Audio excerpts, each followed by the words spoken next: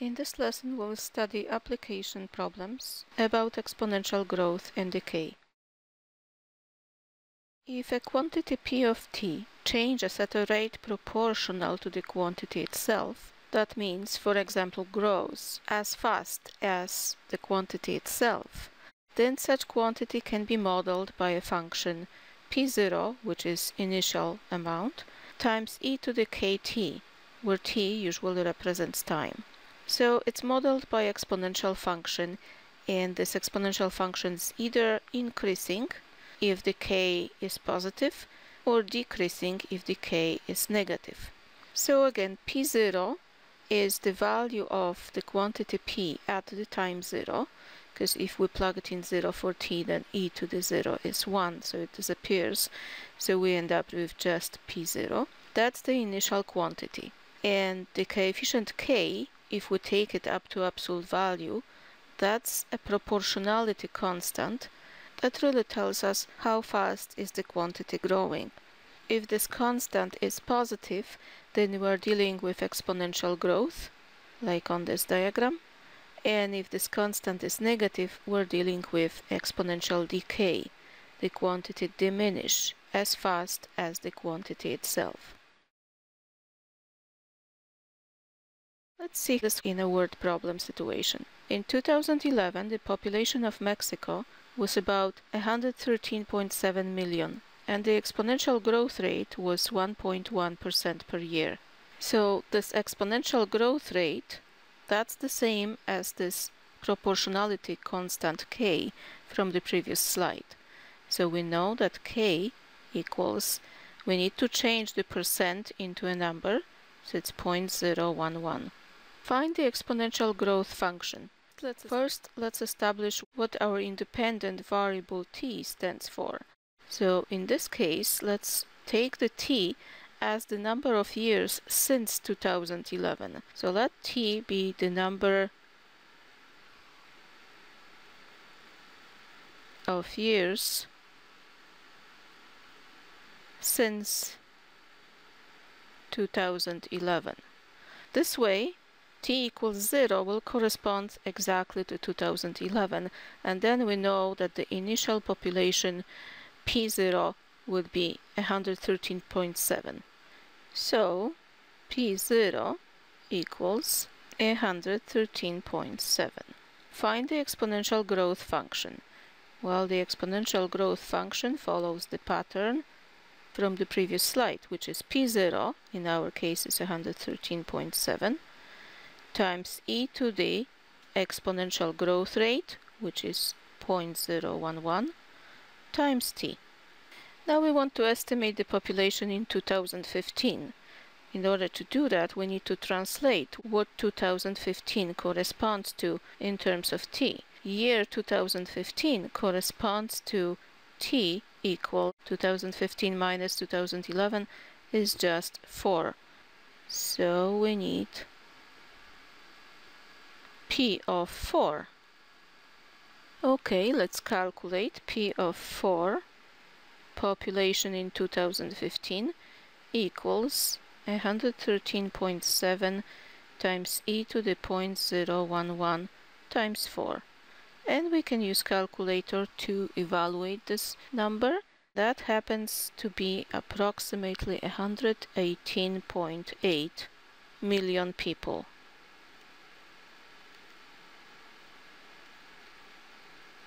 So the estimated population in 2015 is nearly 119 million people. When would we expect the population to double the one from 2011? Oh, so now we need to answer the question when our expression p of t, which is 113.7 e to the 0.011 t, for what kind of t? This will be equal to 2 times 113.7. Notice this 113.7, it's not really relevant. What's important is to bring 1 to the 2.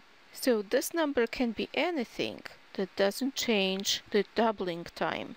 We could as well use 1 here and just 2 over there. So let's solve it for t. In order to do that, it would be useful to put ln on both sides of the equation in order to drop the exponent, right? And then the exponent is down, 0, 1, 1t. ln e is like 1, so it disappears. And here we have ln 2. So t by itself, the doubling time, is equal to ln 2 divided by 0.011, which, after using calculator, it turns out to be approximately 63 years. So the population will double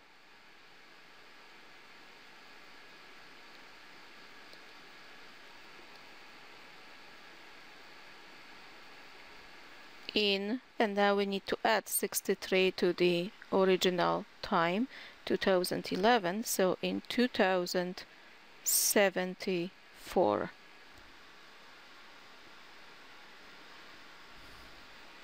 One more application problem.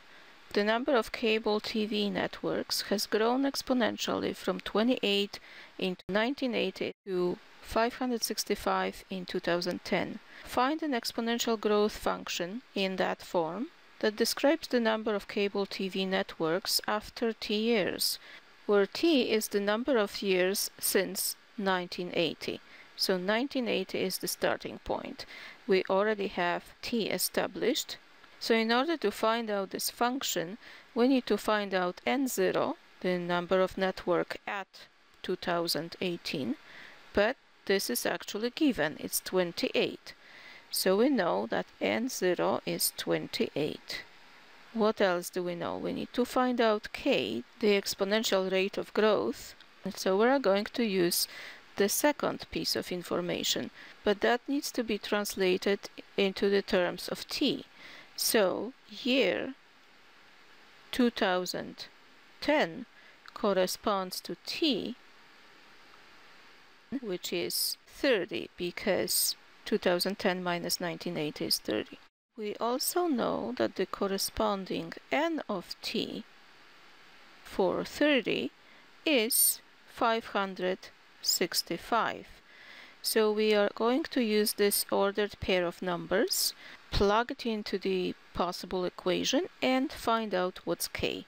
Okay, therefore we have 565 equals n0, which is 28, e to the k, which we don't know, times t, which is 30, and we need to solve for k. So in order to solve for k, we may want to divide by 28 and apply ln to both sides. So we'll have 565 over 28 equals e to the 30 times k, and then we apply ln on both sides to end up with 30k equals ln 565 over 28. Now to get the k by itself, we just need to divide by 30 and use calculator to approximate the number. So that's divided by 30. This is approximately equal to 0.10015. This number is very sensitive, so the more digits you use, the more exact answer we'll obtain. Really? And to have really precise answer, we can actually use this exact expression, even though it looks kind of big. So our n of t function would be 28 times e to the, this big K, times t.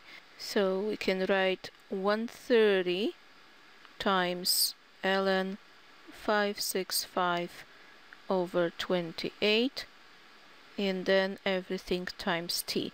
This whole thing is in exponent. According to this model, find the predicted number of cable TV networks in 2020.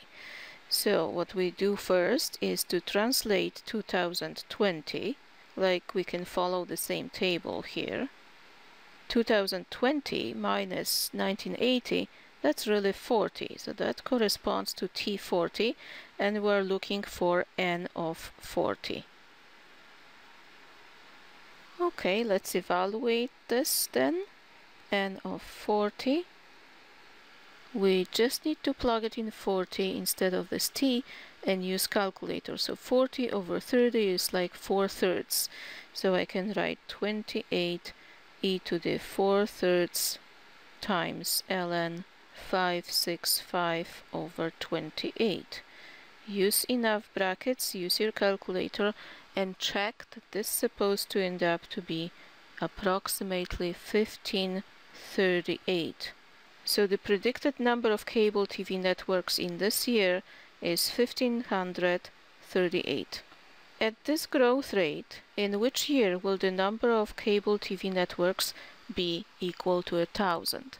So this time we really need to solve the equation n of t equals 1,000. Okay, n of t is written here, so 28 e to the 130 ln 565 over 28 t equals 1,000. To solve for t, first we divide by 28 and then apply ln on both sides. So we'll end up with something like this: 130 ln 565 over 28 times t equals ln of 1,000 over 28, because first we divide and then we apply ln on both sides to cancel the e. Okay, therefore t is really this number divided by that number, and that's your calculator job. ln 1,000 divided by 28 is approximately 3.57555, and then that number here we already calculated, that was 0.100154, and after this division we end up with approximately 35.7 years. So we can round it to 36 years. Therefore, the answer for this question, in which year will the number of cable TV networks be 1,000, is in 1980 plus 36 is 2016. So we'll expect that in the year 2016 we'll have approximately 1,000 cable TV networks.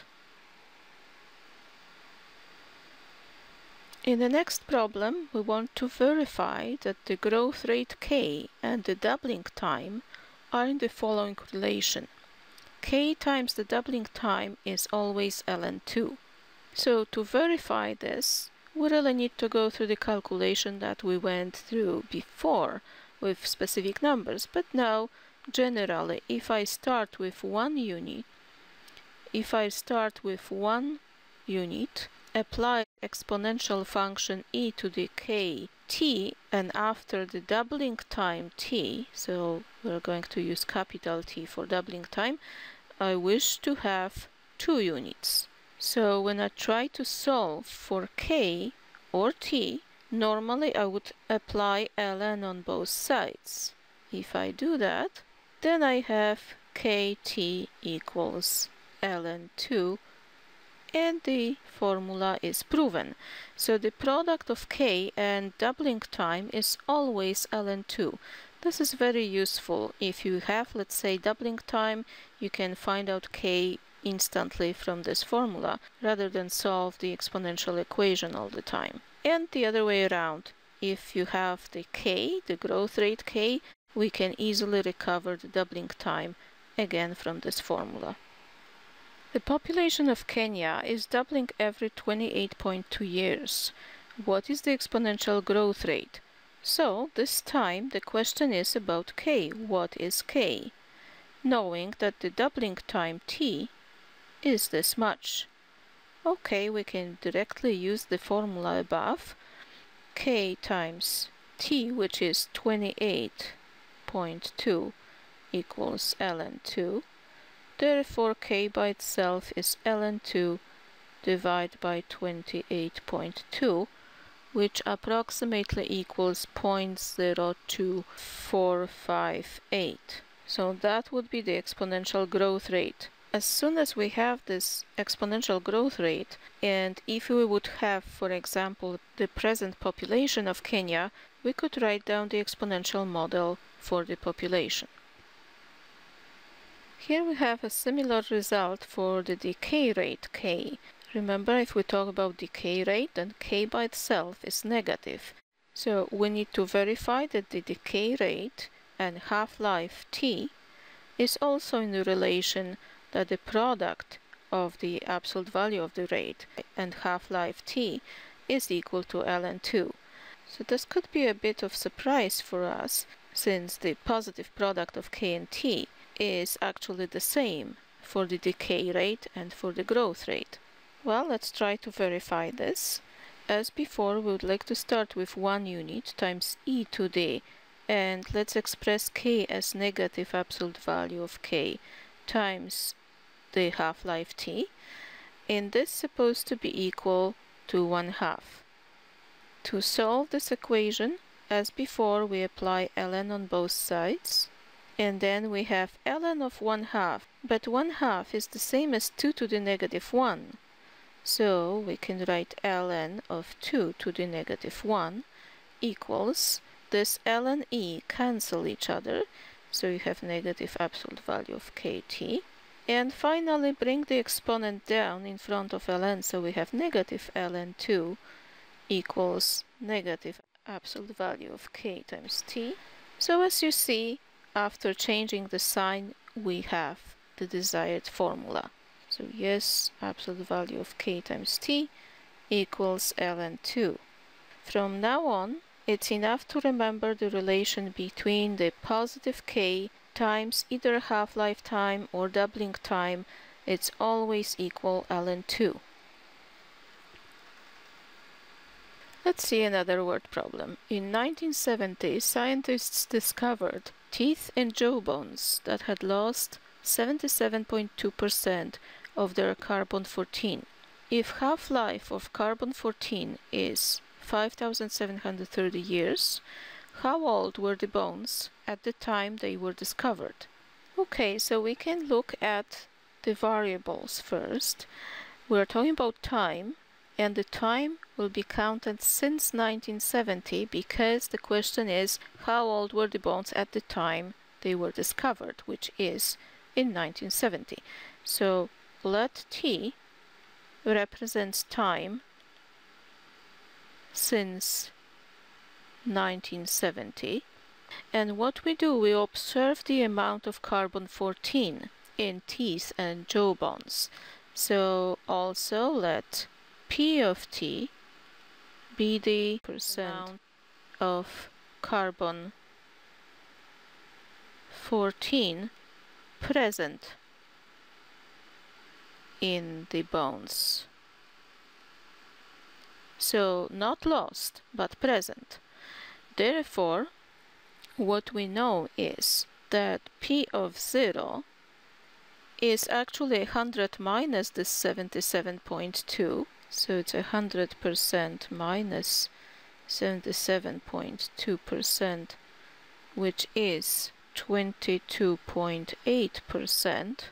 And as a number, this will be 0.228. So that's the value for p of 0.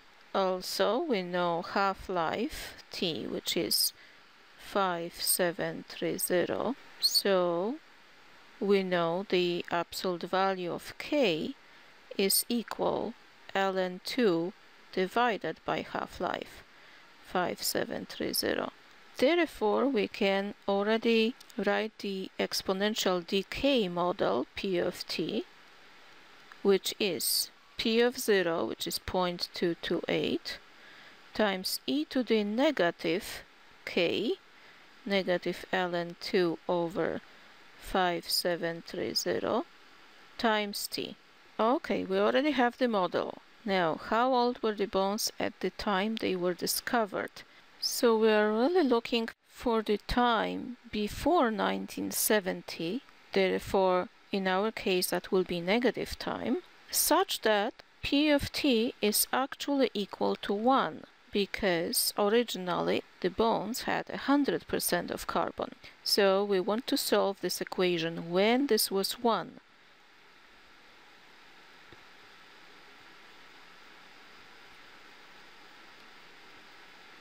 Okay, so after dividing 1 over 0.228 equals e to the negative ln 2 over 5730t, and applying ln to both sides, we end up with approximately 1.4784 equals negative ln 2 over 5730t. And then, using your calculator, find out the t.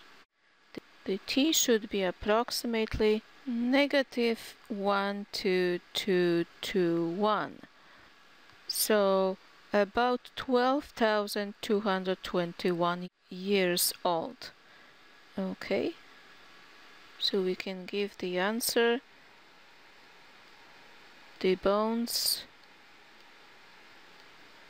are approximately 12,221 years old. Isotope strontium has a half-life of 28.9 years. If after Chernobyl explosion in 1986 there was about 7,000 units of this substance per kilogram of fish, find the formula for the number of units N of T of strontium per kilogram of fish after T years. So here, as before, T corresponds to the number of years since 1986. That was the 0 time. Therefore, we know that N of 0 equals 7,000 units.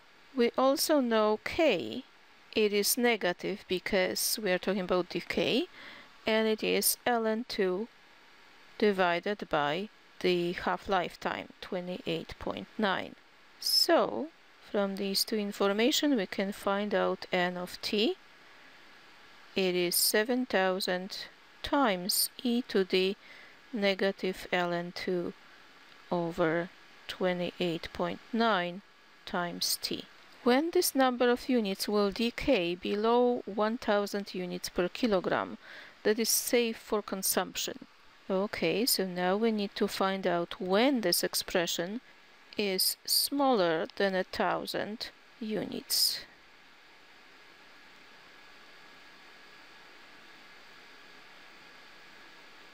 And solve this inequality for t.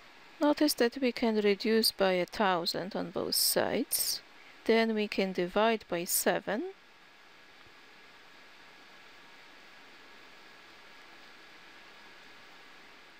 And apply ln on both sides. Since ln is increasing function, that will preserve the inequality. However, after performing the ln and dividing by a negative, the inequality will change. So t by itself will be larger than ln 1/7 divided by negative ln 2 over 28.9, so it's like multiplying by 28.9 in the numerator. And we should end up with t bigger than approximately 81.1. So we need to wait at least 81 years in order for this fish to be actually good for consumption.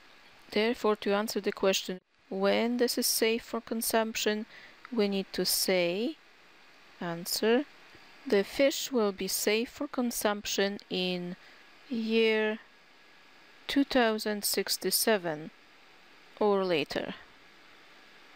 And 2067 was obtained by adding 81 to 1986.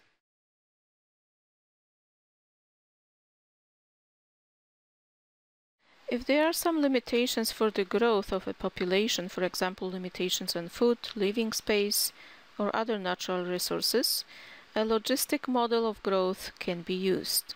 The graph of logistic curve looks somehow like this. It has two asymptotes. The bottom one is usually 0, the top one is usually some constant c, and the logistic model is expressed in such a formula. Some constant c, this constant c will be called carrying capacity. This is the maximum that the population can try to reach. This is the ceiling for the population. It will never be actually exactly c, but the population can grow as close as possible to c. Over 1 plus a times e to the negative kt. In this case, the k is positive, and this is called a growth rate. And the coefficient a can be calculated as c minus p0 over p0, where p0 is the amount at the 0 time. p0 is actually different than 0. So on this graph, this curve is actually starting a little bit higher than 0. It goes somehow like this in trying to approach this asymptote. It's not visible because the scale was very large, and that's why the graph doesn't show that, but it's not 0. So using this logistic model, let's practice on the following question. A lake is stocked with fish of a new variety. The size of the lake, the availability of food, and the number of other fish restrict the growth of that type of fish in the lake to a limiting value of 2500. The population of fish in the lake after time t in months is given by the logistic function p of t, and here's the function given. What is the initial number of fish p0? Well, that's actually not difficult to find. You plug it in 0 for t, so this part disappears. We really have p of 0 equal to 2500 over, and that will be 625. So when you calculate this, becomes 400. So the initial number of fish is 400. Graph this function. Well, to graph this function, we could use graphing calculator. Also, to answer the next question, find the population after 2, 6, 12, and 20 months, we could plug it in this formula to the calculator under y1. So I plugged in this formula to the calculator. As you see, we should use the bracket around the exponent and also around the denominator. And then I'm going to use window -5 to 25 and 0 to 3000. Let's graph the shape. It looks like beautiful logistic curve. It looks like it will have asymptote around here. We can trace to check the point, the top point. And yes, as you observe the y values, the point approaches 2500. Okay, let's go back to our original graph. And the next question asks us to find the values of this population after 2 months, 6 months, 12 months, and 20 months. So we can use table of values, second graph gives you the table, and plug it in. At 2, we have about 663. After 6 months, we have 1412. After 12 months, we have 2246, and 2478. So here the rounding part, it's basically up to you, because we could round to the 1413, but you can also say 1412, because the 0.7 of a fish, this is not quite a next fish yet. It's okay to take the greatest integer. So to graph this function, we need to assume a proper scale. I would suggest to jump by 2 on the horizontal line that represents the time in months. So 2, 4, 6, 8, 10, 12, 14, 16, 18, 20. We can go up to 20 months.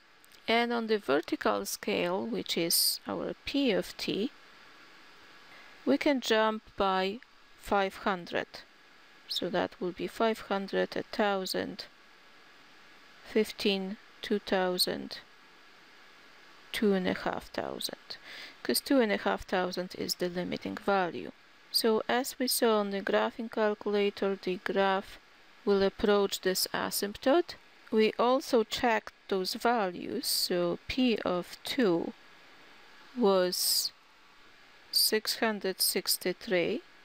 P of 6 turned out to be 1412. And P of 20 turned out to be 2478. And P of 12. So using this information we can quite accurately graph. Start with about 400, so about here. At 2 we have 663 somewhere here. At 6 the value is 1400, so it's somewhere there. And at 20 it's nearly 2500, a little bit less, so somewhere there. We could easily check a couple more points to be more exact. So if I want to check what's at 10, it turned out to be about 2059. It's approximately here, therefore I can volunteer my graph. It's coming somehow like this. And the last question, when the population will reach 2000 fish?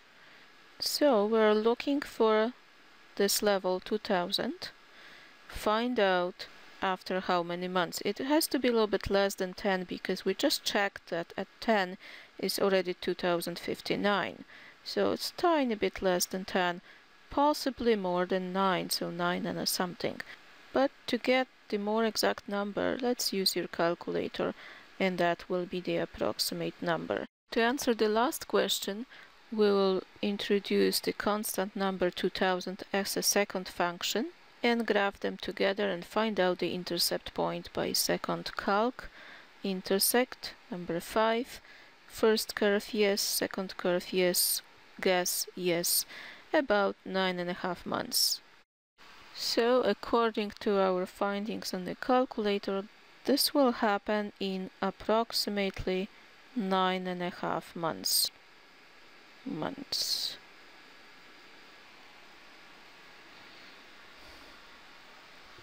And the last application of exponential growth is connected with finances. We may talk about compound interest formulas. Let's say the initial amount of money, P, is invested at the annual interest rate R as a decimal, not as a percent, and compounded n times per year. Then the amount of money, A of t after 2 years, equals, and if the interest is compounded annually, we use the formula principal times 1 plus r. So for example, if r is 5%, that will be 1.05 to the number of years. So if n represents the number of compounded times per year, this is compounded annually, therefore n is actually 1. We compound just 1 time per year. If we want to compound more often, then the formula changes. Let's say if we compound semi-annually, if n is 2, then the rate per each period will be half of it. However, we'll raise it to the 2 times number of years. That means per each year we'll compound it twice. So it's 1 plus r over n to the exponent n times t. And if n goes towards infinity, this actually approaches the value e to the rt. So that's a continuously compounded interest, p times e to the rt. If $1,000 is invested at 5% interest, find the value of the investment after 3 years if the interest is compounded yearly. So yearly we follow the first formula. We start with $1,000, multiply times 1.05, because interest is 0.05, to the number of years, so after 3 years to the 3. And then evaluate this using your calculator. Always round to 2 places when you deal with money because of cents. So that's approximately 1157.63. Now, if the interest is compounded monthly, that means we have 12 periods per year of compounding. This amount will be equal to 1,000 times 1 plus 0.05, the overall interest per year, divide in 12 periods, but then raise it to 12 times 3 years. Each year 12 periods, so 36 periods altogether. After you introduce this to the calculator, make sure that you use bracket for the exponent here. We end up with 1161.47. So quite a bit higher. This is like $4 higher.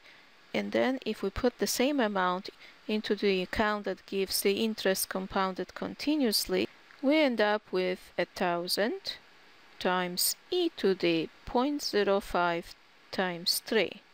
And then again, using calculator, this approximately equals 1161.83 cents.